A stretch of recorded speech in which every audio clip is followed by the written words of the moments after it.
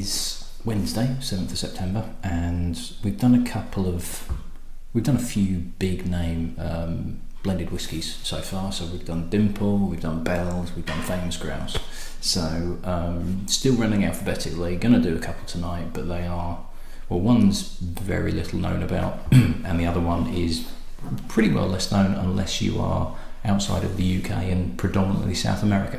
So the first one is this one, which was a very generous donation from Charlie Cavani, who is an ex-whisky shop employee that lives in Scotland.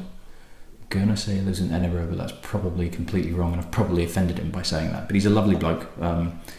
Communicate with him on Twitter, and he's absolutely fantastic. So Charlie, thank you for this. I thought originally that this was from Aldi, because I thought that's what he'd said on the message, but it turns out that you can actually get this from Majestic Wines, which is a chain of wine and spirit shops throughout the UK. Essentially what Oddbins used to be about 20 years ago when I worked for them. Oddbins sadly went bust, and Majestic kind of took over that side of the market. So from what I gather, this is exclusive to them. I did find one other website that were selling it online, and you are looking at about 20 quid for this. This is what the bottle looks like. From what I can gather, it's made by a company called Burlington Drinks, which are seem to be a relatively small drinks producing company with a couple of other whiskies and gins that I have never ever heard of. So very little information I could find out about this, to be perfectly honest. Even the Burlington Drinks website wasn't particularly forthcoming. I shall read you what it says. It's a lightly peated, got folds in it, lightly peated blended Scotch whisky. It's pronounced Firean. It's not Firean, it's Firean. And Firean is actually Gaelic for golden eagle. Yes, Scottish Gaelic for golden eagle, which is why it's Firean, because that's the pronunciation of it. So distilled in traditional copper pot stills from Scottish water, malted barley from Speyside and the Highlands, and grains from the Highlands and Lowlands of Scotland. It's aged in Scotland, as you would hope, because it's Scotch whisky, using American oak ex-bourbon and remade hogshead barrels. That's it. That's all it's got for it. I mean, Highland and Speyside malted barley and Highland and Lowland grains. Now, it's one of these ones where the terminology is implying that they're doing a lot more work than they are. By saying that they're using malted barley from Highland and Speyside and using grains from Lowland and Highland implies that they're taking those grains and that barley and distilling the whiskey themselves, rather than buying stock from various places and blending it together, maybe maturing it in their own casks and then bottling it, which I'm fairly certain is what they're doing, rather than distilling it themselves. So in terms of what whiskies are in it, in terms of what the percentage is of malt to grain, not a clue. Very, very little I could find out about this. So not much of an in-depth information. Interestingly, it's 43% as opposed to 40%. And obviously being lightly peated, we are looking for some kind of smokiness in there, which should make it a little bit interesting. But 20 quid for what is essentially an own label. If it was a supermarket, it would seem to be quite expensive. But for someone like Majestic Wine, where they're a little bit more premium, they're a little bit, not more expensive, but they're not necessarily going for the cheap end of the market, it's probably a fair price. Now, there's actually quite an interesting combination of lightly peated, light smokiness and grain whiskey, particularly. It's slightly metallic and slightly bonfirey as well, and it's not really medicinal, it's more of a bonfire smokiness.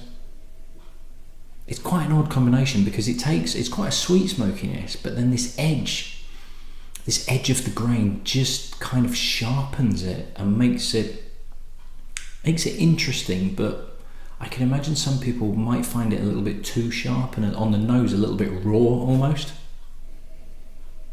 I personally think I prefer the peat to dominate the grain. It's a little bit too sharp for me, and it feels like the grain element of the whiskey is overpowering the smokiness, and I'd rather it be the other side. The other side, the other way. Yeah, because what's happening is the sharpness of the grain is making the smokiness almost toilety, for want of a better word. It's not turning it antiseptic. It's not turning it that kind of medicinal iodine smokiness that you get with peat. With Islay whiskies, the kind of that like doctor's surgery or hospitals type of peatiness. This is bonfire smokiness that's starting to turn into slightly like cleaning fluid. It's a little bit unbalanced. It's a bit of an odd combination. It's unusual though, so it's interesting, but it just doesn't quite work.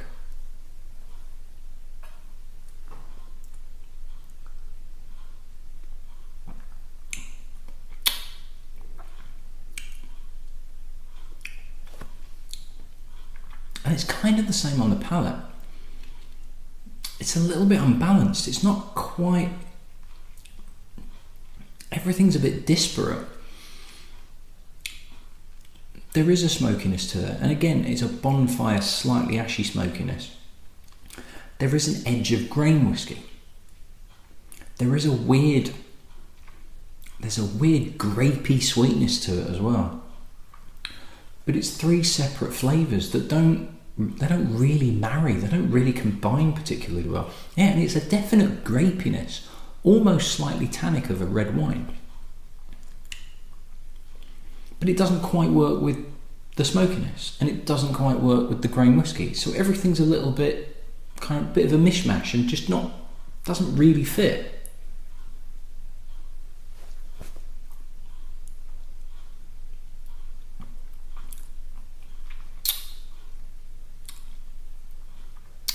It's quite sharp on the tongue as well. Right on the tip of your tongue, it's really kind of like almost like a needle point. And even the finish, the smokiness draws out the finish a little bit longer, because you would expect a smoky whiskey to do that. It's what it tends to do, is because you've got smokiness, your palate is picking up more flavours and more intensity, and it tends to make the finish a bit longer because the smoky flavours tend to linger more.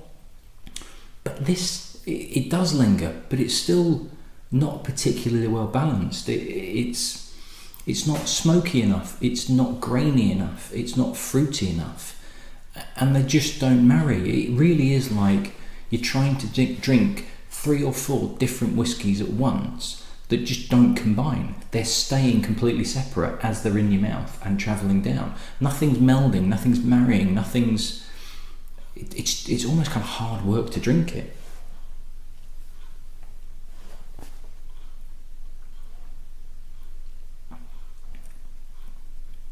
It's a real oddball of a whiskey. And as somebody that likes Islay whiskey and likes peated whiskey, it's not even a pleasant peatiness. It really is an odd combination that it's almost like they've picked different flavours that deliberately won't marry in order to make it interesting and challenging, and it just doesn't work. It's really quite disappointing. For 20 quid, there's much better whiskies. There's much better peated whiskies for 20 quid than that. That's a bit of a disappointment, that really is. And not a great advert for Majestic if it's exclusive to them. I can't say I'm impressed. It's leaving not a particularly pleasant aftertaste as well. It's not a pleasant smoky whiskey aftertaste. It's